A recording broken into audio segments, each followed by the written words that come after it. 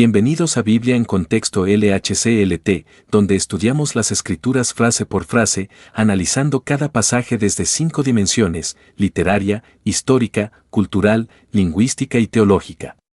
Primera de Corintios capítulo 9. Tema 1. La defensa del apostolado de Pablo y sus derechos como ministro del Evangelio. Primera de Corintios 9:1. ¿No soy apóstol? ¿No soy libre? ¿No he visto a Jesús el Señor nuestro? ¿No sois vosotros mi obra en el Señor? ¿No soy apóstol? Pablo comienza con una serie de preguntas retóricas para afirmar su autoridad apostólica. En Romanos 1:1 se presenta como llamado a ser apóstol, apartado para el Evangelio de Dios. Su ministerio no fue autoimpuesto, sino recibido por revelación divina. No necesita títulos humanos para validar su función. Su llamado viene directamente del cielo. Esta pregunta enfatiza su legitimidad ministerial. ¿No soy libre? Como apóstol, Pablo tiene plena libertad cristiana, sin estar sujeto a normas humanas. En Gálatas 5:1 dice: «Estad, pues, firmes en la libertad con que Cristo nos hizo libres». Su libertad incluye derechos materiales y decisiones personales. Sin embargo, él mismo eligió restringirse por amor a los demás. La verdadera libertad se somete voluntariamente al amor. No está esclavizado a opiniones ajenas. ¿No he visto a Jesús el Señor nuestro? Una credencial esencial del apostolado era haber visto al Cristo resucitado. En Hechos 9:17 se relata cómo el Señor se le apareció personalmente, el Señor Jesús, que se te apareció en el camino. Esta experiencia lo califica espiritualmente. No habla por tradición, sino por revelación. Pablo no es apóstol de segunda clase. Su llamado fue sobrenatural y directo. Su visión lo transformó para siempre. ¿No sois vosotros mi obra en el Señor? La existencia misma de la iglesia de Corinto es prueba de su apostolado. En 2 Corintios 3:12 dice: «Nuestras cartas sois vosotros, conocidas y leídas por todos los hombres». Ellos eran el fruto tangible de su ministerio. Nadie puede negar la obra realizada en sus vidas. Aunque algunos lo cuestionaban, su fruto lo defendía. La obra genuina es la mejor credencial ministerial. Primera de Corintios 9:2. Si para otros no soy apóstol, para vosotros ciertamente lo soy, porque el sello de mi apostolado sois vosotros en el Señor. Si para otros no soy apóstol. Pablo admite que su apostolado no era reconocido por todos, especialmente por críticos externos. En 2 Corintios 10:10 se burlaban de él diciendo: «Las cartas son duras, pero la presencia corporal débil». El ministerio siempre encuentra oposición. Pero la falta de reconocimiento humano no niega la autoridad divina. Pablo no busca aprobación popular, sino fidelidad a su llamado. La validación viene de Dios. Para vosotros ciertamente lo soy. A los corintios les recuerda que fueron directamente alcanzados por su ministerio apostólico. En Primera de Corintios 4:15 dice: «Aunque tengáis 10,000 años en Cristo, no tendréis muchos padres». Él fue quien les predicó el Evangelio por primera vez. Su labor no fue teórica, sino fundacional. Ellos son testigos vivos de su autenticidad. Su relación con ellos no es superficial, sino paternal. Porque el sello de mi apostolado sois vosotros en el Señor. Pablo los llama sello de su apostolado, marca visible de una obra genuina. En Romanos 15:18 dice: «No os haría hablar sino de lo que Cristo ha hecho por medio de mí». Su ministerio no fue vano ni imaginario. Cada converso es prueba viva de su llamado. El sello implica autenticidad, autoridad y prueba divina. Nadie puede borrar esa evidencia espiritual. Ellos mismos son su credencial ante Dios. Primera de Corintios 9:3. Contra los que me acusan, esta es mi defensa. Contra los que me acusan. Pablo sabía que dentro y fuera de Corinto había quienes cuestionaban su autoridad y derecho ministerial. En Hechos 21:28 fue acusado falsamente, este es el hombre que por todas partes enseña contra el pueblo. Las críticas eran constantes, pero no lo detuvieron. Ser acusado injustamente es parte del ministerio fiel. El apóstol no se sorprende, pero tampoco lo deja pasar. Defiende la verdad, no su ego. Esta es mi defensa. Pablo ofrece ahora una respuesta clara, fundamentada y espiritual ante las acusaciones. En Filipenses 1:16 dice que fue puesto para la defensa del Evangelio. No defiende privilegios, sino principios. Su defensa es doctrinal, no emocional. Él sabe que su labor es transparente ante Dios. No tiene nada que esconder. Habla con la autoridad de quien ha vivido lo que enseña. Primera de Corintios 9:4. No tenemos derecho de comer y beber. No tenemos derecho de comer y beber. Pablo afirma que los ministros del Evangelio tienen derecho a ser sustentados por la Iglesia. En Lucas 10:7 Jesús dijo, el obrero es digno de su salario. No se refiere a lujos, sino a necesidades básicas. Su pregunta revela una verdad evidente: el que sirve a tiempo completo tiene derecho al sustento. Pablo no reclama beneficio personal, sino principio espiritual. El sustento digno honra la obra de Dios. Primera de Corintios 9:5. No tenemos derecho de traer con nosotros una hermana por mujer como también los otros apóstoles y los hermanos del Señor, y Cefas. No tenemos derecho de traer con nosotros una hermana por mujer. Pablo señala que también tiene derecho a casarse y a viajar acompañado de su esposa, como lo hacían otros ministros. En Hebreos 13:4 se enseña, honroso sea en todos el matrimonio. No era un privilegio inmoral, sino legítimo. Ser apóstol no significaba renunciar al matrimonio. Este derecho muestra que los líderes también tienen necesidades afectivas. Pablo eligió no ejercerlo, pero lo afirma como válido. Como también los otros apóstoles y los hermanos del Señor, y Cefas. Pablo menciona a figuras respetadas que viajaban acompañados de sus esposas. Entre ellos, Pedro, Cefas, quien era casado según Marcos 1:30, la suegra de Simón estaba acostada con fiebre. Los hermanos del Señor, como Santiago, también eran líderes casados. La vida ministerial no anulaba la vida familiar. Pablo muestra que su elección de permanecer solo fue voluntaria. No se trataba de falta de derecho. Primera de Corintios 9:6. ¿O solo yo y Bernabé no tenemos derecho de no trabajar? ¿O solo yo y Bernabé no tenemos derecho de no trabajar? Pablo enfatiza que él y Bernabé, a diferencia de otros, no exigieron sustento de las iglesias, pero eso no anulaba su derecho.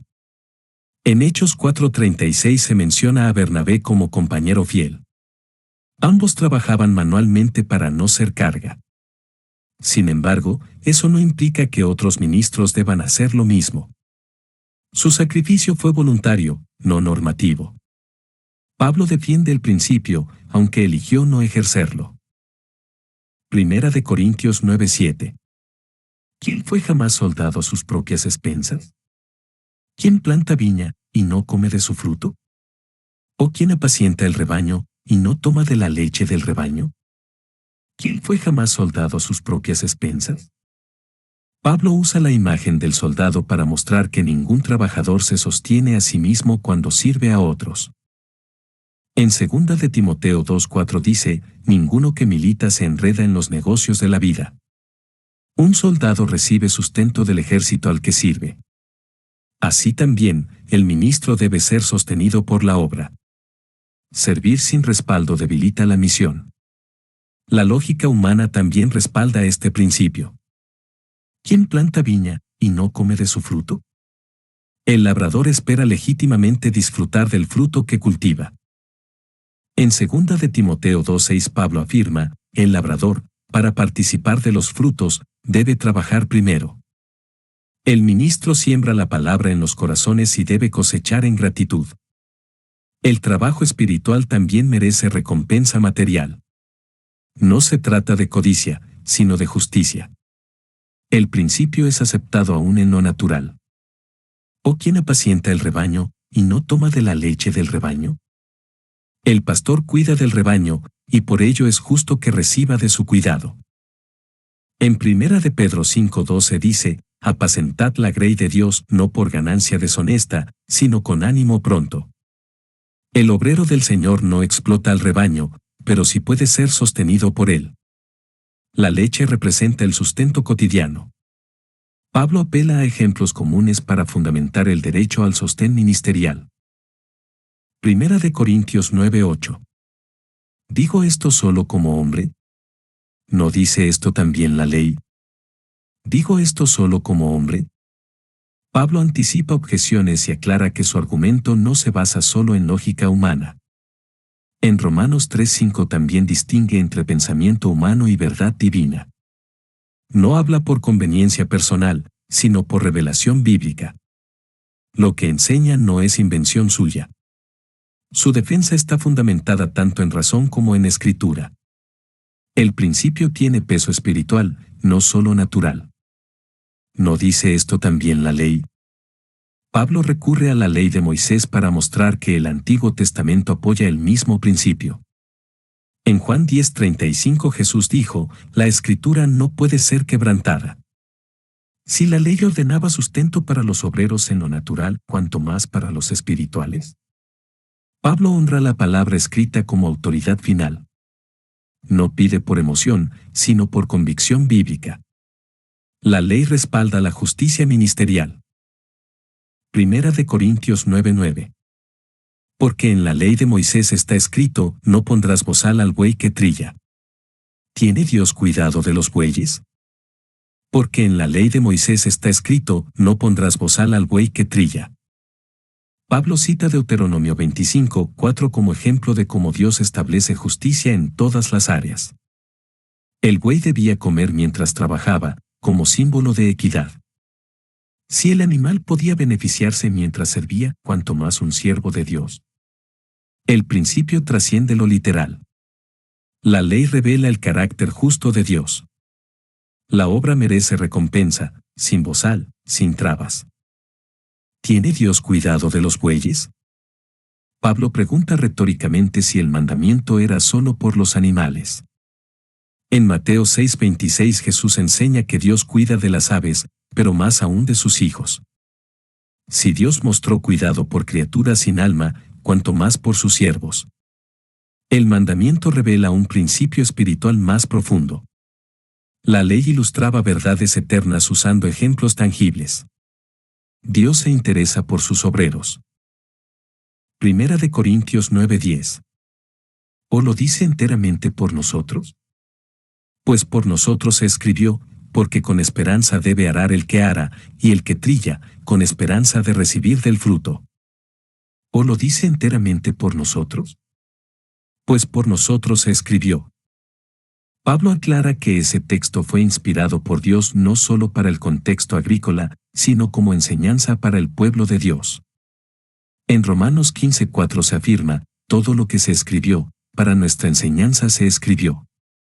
La ley contenía principios eternos aplicables al servicio cristiano. No fue un detalle cultural, sino una instrucción viva. Los mandamientos revelan la voluntad de Dios para todos los tiempos. Porque con esperanza debe arar el que ara. El que trabaja en el campo lo hace esperando recoger fruto, igual debe ser en el ministerio. En Gálatas 6:9 se anima, no nos cansemos, pues, de hacer bien, a su tiempo segaremos. El servicio cristiano requiere motivación y esperanza. El obrero necesita ánimo, y parte de ese ánimo es el sustento justo. Nadie siembra con el deseo de perder. La esperanza fortalece el trabajo. Y el que trilla, con esperanza de recibir del fruto. Así como el agricultor espera participar del fruto de su labor, el siervo de Dios espera también cosechar de lo sembrado. En 2 de Timoteo 2:6 dice, el labrador debe gozar primero de los frutos. El esfuerzo merece recompensa, y eso no es egoísmo, es justicia. Dios honra el trabajo fiel. La Iglesia debe valorar a quienes la sirven con integridad. El principio es claro, el que trabaja debe participar. Primera de Corintios 9:11. Si nosotros sembramos entre vosotros lo espiritual, ¿es gran cosa si segaremos de vosotros lo material? Si nosotros sembramos entre vosotros lo espiritual. Pablo describe su labor como una siembra espiritual, predicación, enseñanza, discipulado. En Gálatas 6:8 se dice, el que siembra para el espíritu, del espíritu segará vida eterna. El ministerio requiere esfuerzo, tiempo y entrega. No se trata de entretenimiento, sino de labranza del alma. Sembrar lo espiritual es dar lo más valioso. Por eso, merece reconocimiento justo.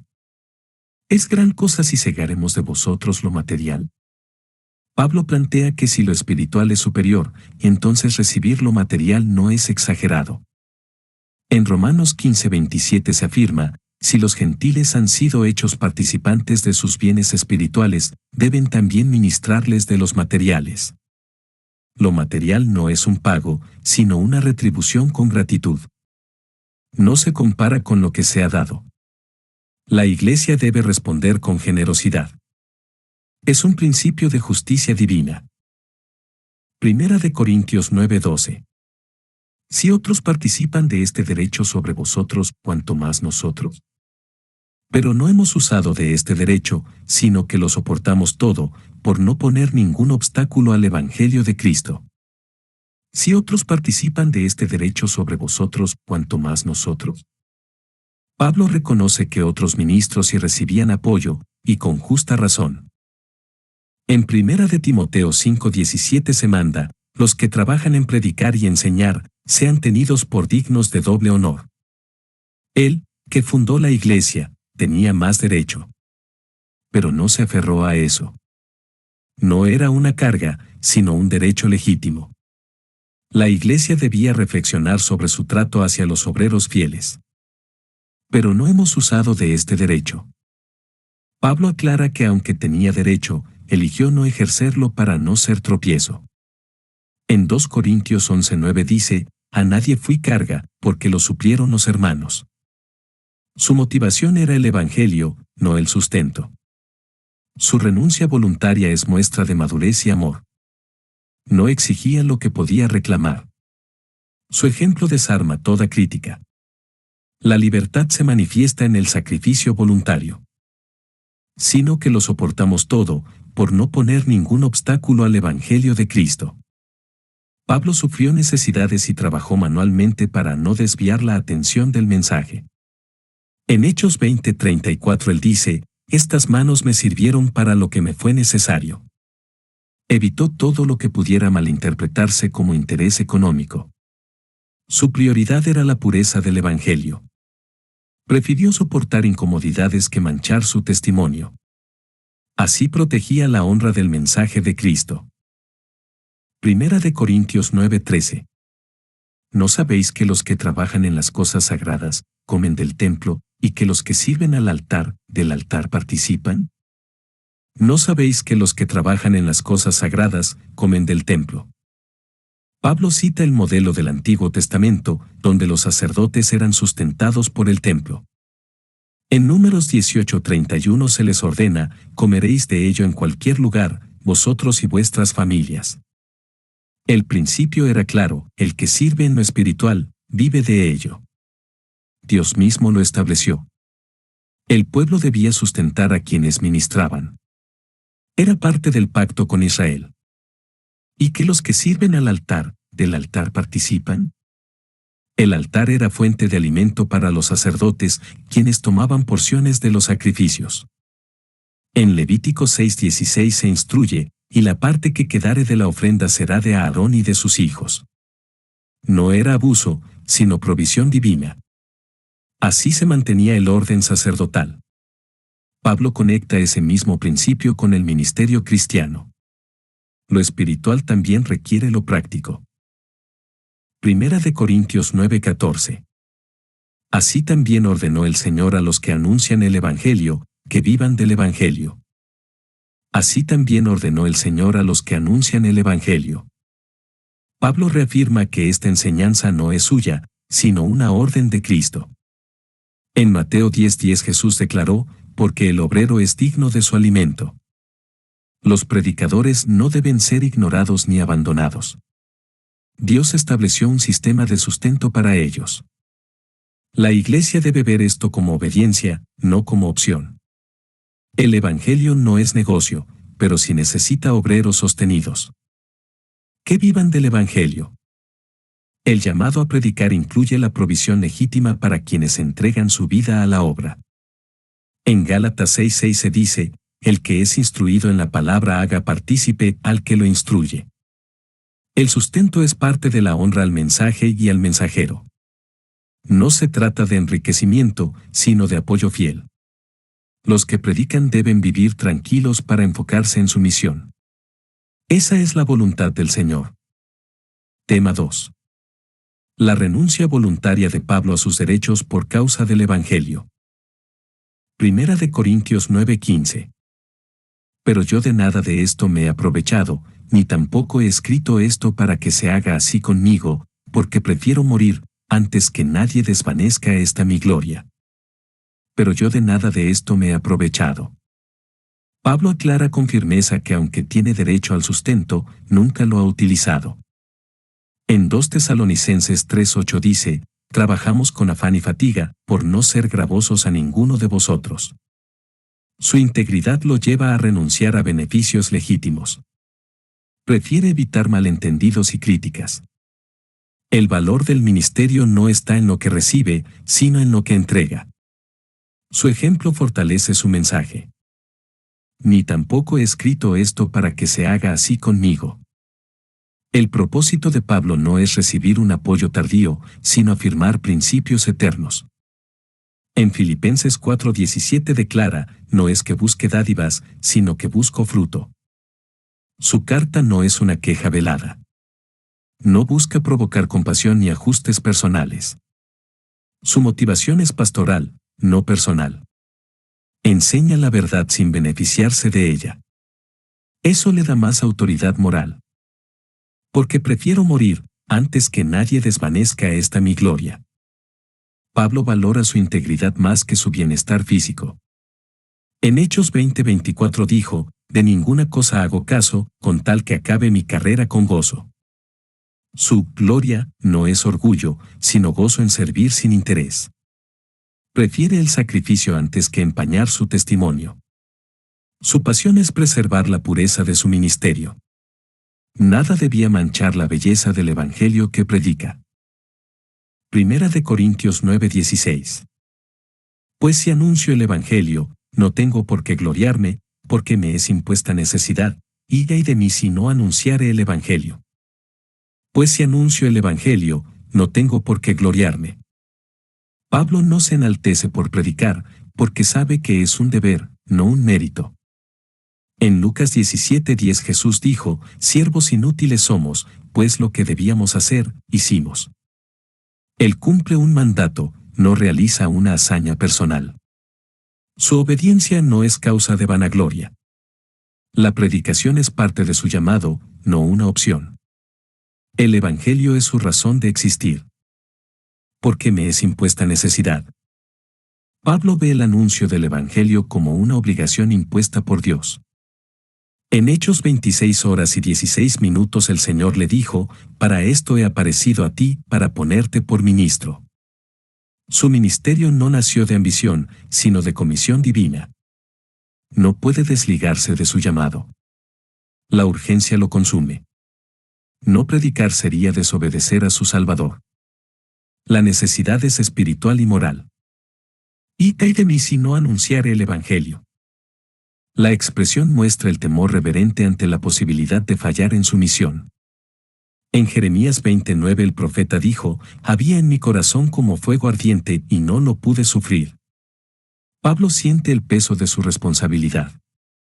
No anunciar el Evangelio sería traicionar su vocación. La palabra, ay, implica juicio o pérdida. Su vida está rendida al mensaje de la cruz. Primera de Corintios 9:17. Por lo cual, si lo hago de buena voluntad, recompensa tendré, pero si de mala voluntad, la comisión me ha sido encomendada. Por lo cual, si lo hago de buena voluntad, recompensa tendré. Pablo reconoce que si predica con disposición voluntaria, recibirá recompensa del Señor. En Colosenses 3:24 se promete, del Señor recibiréis la recompensa de la herencia. El servicio alegre agrada a Dios. Aunque predicar sea su deber, su actitud sí puede ser recompensada. La fidelidad y el corazón con que sirve serán evaluados. Dios honra al que sirve con gozo.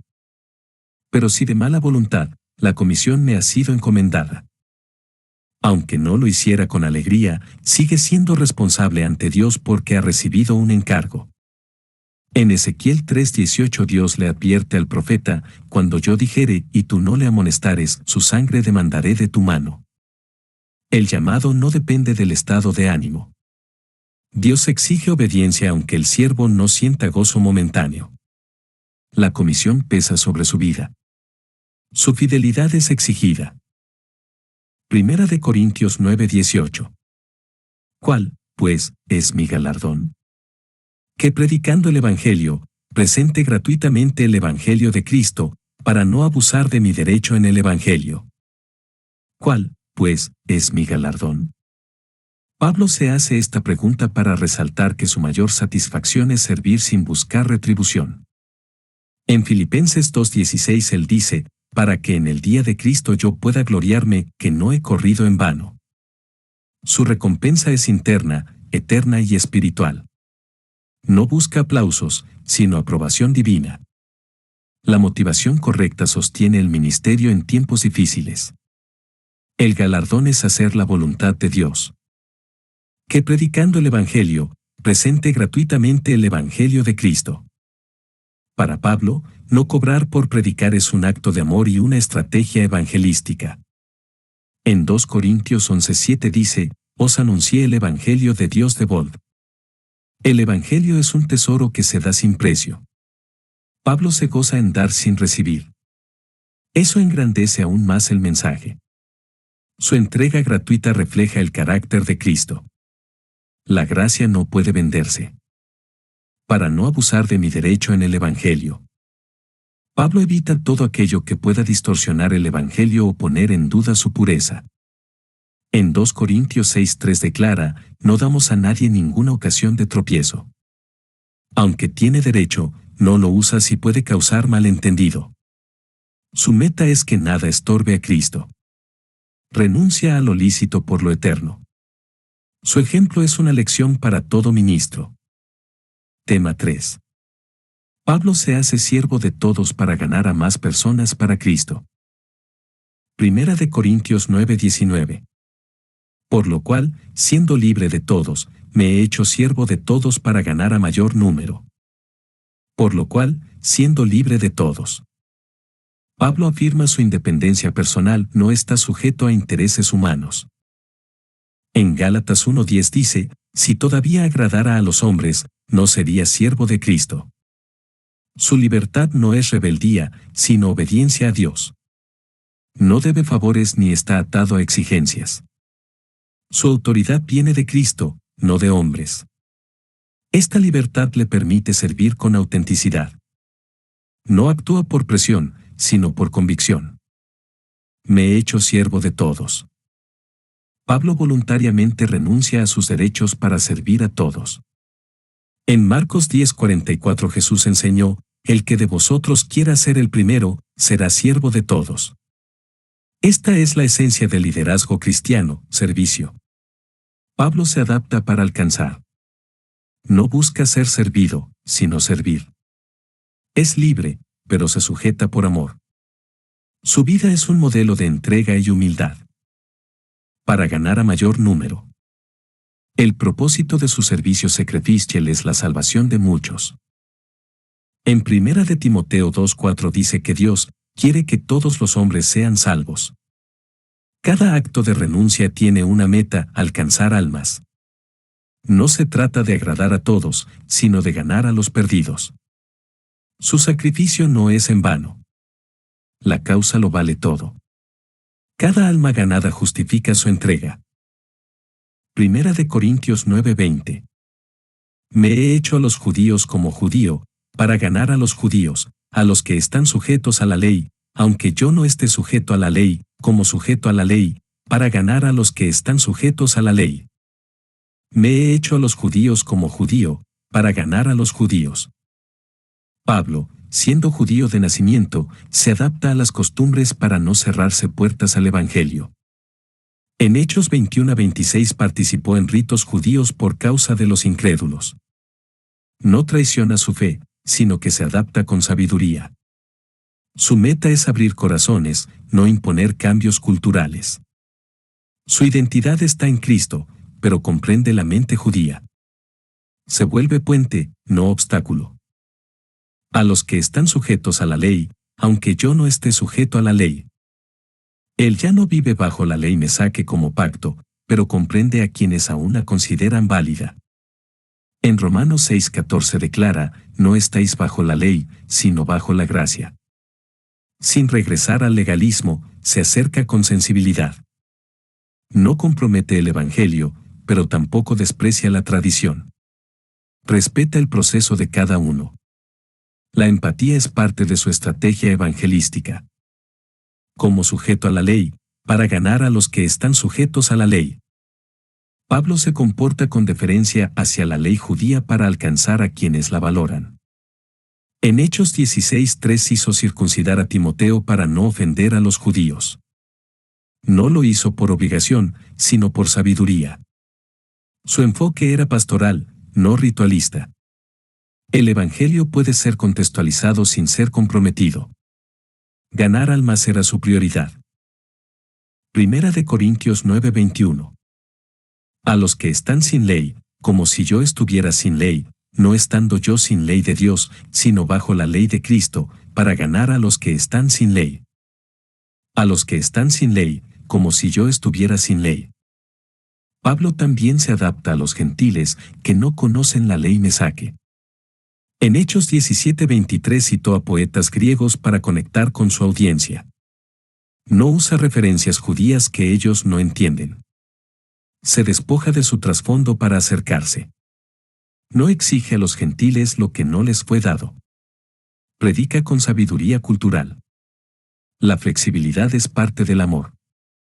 No estando yo sin ley de Dios, sino bajo la ley de Cristo, Pablo aclara que su libertad no es licencia para el pecado. Está bajo la ley de Cristo, que es amor. En Gálatas 6:12 manda, llevad los unos las cargas de los otros, y cumplid así la ley de Cristo. No vive sin reglas, sino con un estándar superior. Su vida es regida por el Espíritu. La gracia no es anarquía, es obediencia por amor. Cristo es su norma. Para ganar a los que están sin ley. El propósito sigue siendo evangelístico, acercarse a los gentiles para que conozcan a Cristo. En Romanos 1:14 Pablo se llama, deudor a griegos y a no griegos. La cultura no es barrera, sino puente. Él adapta su lenguaje, su estilo y sus ejemplos. Lo hace todo por amor a las almas. Su pasión misionera no tiene límites. Cristo es digno de todo esfuerzo.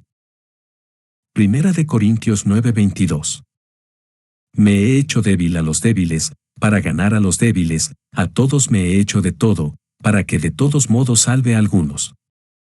Me he hecho débil a los débiles, para ganar a los débiles. Pablo no se exalta sobre los inmaduros o temerosos, sino que se acerca con compasión. En Romanos 14:1 se exhorta, recibid al débil en la fe. No ridiculiza sus miedos ni minimiza sus luchas. Se pone a su nivel para edificar. Su tono es pastoral, no condescendiente. La sensibilidad abre corazones. Así refleja el amor de Cristo. A todos me he hecho de todo. Pablo se adapta a cada persona y situación para alcanzar el corazón. En Filipenses 2:4 se enseña, no mirando cada uno por lo suyo propio, sino por lo de los otros. Esta flexibilidad no es hipocresía, es sabiduría. No cambia el mensaje, sino el método. Cada persona es un mundo diferente. Y Pablo busca llegar a todos, sin perder su identidad en Cristo. Para que de todos modos salve a algunos. Pablo sabe que no todos aceptarán, pero hace todo lo posible por alcanzar al menos a algunos. En Judas 1:23 se insta, a otros salvad, arrebatándolos del fuego. Su esfuerzo no es inútil, aunque los resultados sean parciales. Cada alma vale todo el esfuerzo. Su entrega es total, aun si solo uno se convierte. Su vida está rendida a la causa del Evangelio. Primera de Corintios 9:23. Y esto hago por causa del Evangelio, para hacerme copartícipe de él. Y esto hago por causa del Evangelio. Pablo aclara que todas sus adaptaciones, renuncias y sacrificios tienen una sola motivación, el Evangelio. En 2 Corintios 5:14 dice, el amor de Cristo nos constriñe. No lo mueve el reconocimiento ni la obligación, sino la pasión por el mensaje de Cristo. Cada acción suya está filtrada por este propósito. El Evangelio define su agenda y su estilo de vida. Todo lo demás es secundario. Para hacerme copartícipe de él. Su anhelo es ser partícipe no solo del anuncio, sino también del fruto y la recompensa del Evangelio. En Filipenses 1:7 habla de participar conmigo de la gracia. Pablo no quiere ser solo transmisor, sino también heredero de su poder. Su entrega lo une al mensaje. Ser copartícipe es compartir su gloria, su gozo, su recompensa eterna. El Evangelio no solo se predica, se vive. Tema 4. La vida cristiana como carrera disciplinada hacia una recompensa incorruptible. Primera de Corintios 9:24. ¿No sabéis que los que corren en el estadio, todos a la verdad corren, pero uno solo se lleva el premio? Corred de tal manera que lo obtengáis. ¿No sabéis que los que corren en el estadio, todos a la verdad corren? Pablo usa una imagen familiar para los corintios, las carreras en los juegos ístmicos. En Hebreos 12:1 dice, corramos con paciencia la carrera que tenemos por delante. Todos los atletas participan, pero no todos ganan. La vida cristiana es una carrera que requiere disciplina, constancia y dirección. La competencia espiritual no es entre hermanos, sino contra la carne. Cada uno corre hacia la meta de Cristo. ¿Pero uno solo se lleva el premio? En los juegos antiguos, solo el primero recibía la corona. En Filipenses 3:14 Pablo dice, prosigo a la meta, al premio del supremo llamamiento. Esta frase destaca la urgencia y excelencia con la que debemos vivir. Aunque en Cristo todos pueden recibir galardón, el ejemplo muestra que no se logra sin esfuerzo. La salvación es por gracia, pero la recompensa por fidelidad. Hay que correr con intensidad. Corred de tal manera que lo obtengáis. Pablo llama a los creyentes a vivir con propósito, enfoque y esfuerzo espiritual. En 2 de Timoteo 4:7 declara, he acabado la carrera, he guardado la fe. No basta con comenzar bien, hay que terminar fieles. El premio no es terrenal, sino eterno. La carrera cristiana exige perseverancia. Dios quiere creyentes que no solo participen, sino que conquisten. El llamado es a vivir con excelencia espiritual. Primera de Corintios 9:25. Todo aquel que lucha, de todo se abstiene, ellos, a la verdad, para recibir una corona queraptebel, pero nosotros, una incorruptible. Todo aquel que lucha, de todo se abstiene. Pablo recalca la disciplina del atleta, que se priva de placeres para lograr su meta.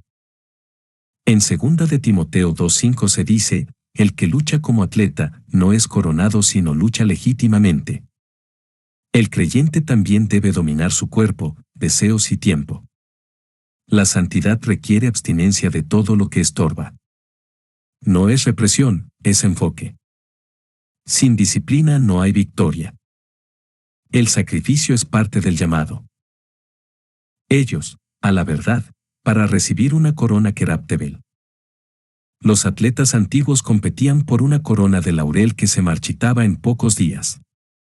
En Isaías 40:6 se afirma, toda carne es hierba, y toda su gloria como flor del campo. Los esfuerzos por logros humanos son temporales. Lo que motiva al mundo se desvanece. La gloria terrenal no tiene peso eterno. Pablo muestra el contraste entre lo pasajero y lo eterno. No vale la pena vivir por recompensas perecederas. Pero nosotros, una incorruptible. La corona del creyente es eterna, gozo, recompensa y gloria en la presencia de Dios. En 1 de Pedro 5:4 se menciona, corona incorruptible de gloria. Esta es la herencia de los fieles. No se marchita, no se pierde, no depende de opiniones. Es el reconocimiento divino por una vida de obediencia. La esperanza eterna da fuerza diaria. Todo sacrificio es leve ante esa recompensa. 1 de Corintios 9:26. Así que, yo de esta manera corro, no como a la aventura, de esta manera peleo, no como quien golpea el aire. Así que, yo de esta manera corro, no como a la aventura. Pablo no vive sin dirección, sino con un propósito definido. En Efesios 5:15-16 se exhorta, mirad cómo andéis aprovechando bien el tiempo. No corre sin meta, ni desperdicia su esfuerzo. Cada paso que da está guiado por la voluntad de Dios. Su vida es intencional, no casual. Sabe a dónde va y por qué lo hace. La vida cristiana no es improvisación. De esta manera peleo, no como quien golpea el aire. Usa otra metáfora, la del boxeador. No lanza golpes sin dirección, sino que lucha con precisión. En 2 de Timoteo 4:7 declara, he peleado la buena batalla. El creyente debe luchar contra el pecado, la tentación y la apatía. No puede permitirse distracciones. Cada esfuerzo tiene blanco. La vida cristiana es un combate diario. Pablo no desperdicia energía, cada golpe va con propósito. 1 de Corintios 9:27. Sino que golpeo mi cuerpo, y lo pongo en servidumbre, no sea que habiendo sido heraldo para otros, yo mismo venga a ser eliminado. Sino que golpeo mi cuerpo, y lo pongo en servidumbre. Pablo disciplina su cuerpo como un atleta severo con su entrenamiento. En Romanos 8:13 dice, si por el Espíritu hacéis morir las obras de la carne, viviréis. No se trata de ascetismo, sino de dominio propio. El cuerpo no gobierna su vida, él lo somete por causa del Evangelio. El placer no dirige sus decisiones. Vive crucificando la carne. La santidad es resultado de constante entrega. No sea que habiendo sido heraldo para otros, yo mismo venga a ser eliminado. Pablo teme predicar y luego fallar en su propia vida, quedando descalificado. En Mateo 7:22-23 Jesús advierte, en tu nombre echamos fuera demonios, y les declararé, nunca os conocí. Ser útil a otros no garantiza fidelidad personal. Pablo es consciente de su responsabilidad. No se confía por su éxito ministerial. Se examina constantemente. Quiere llegar al final aprobado por Dios.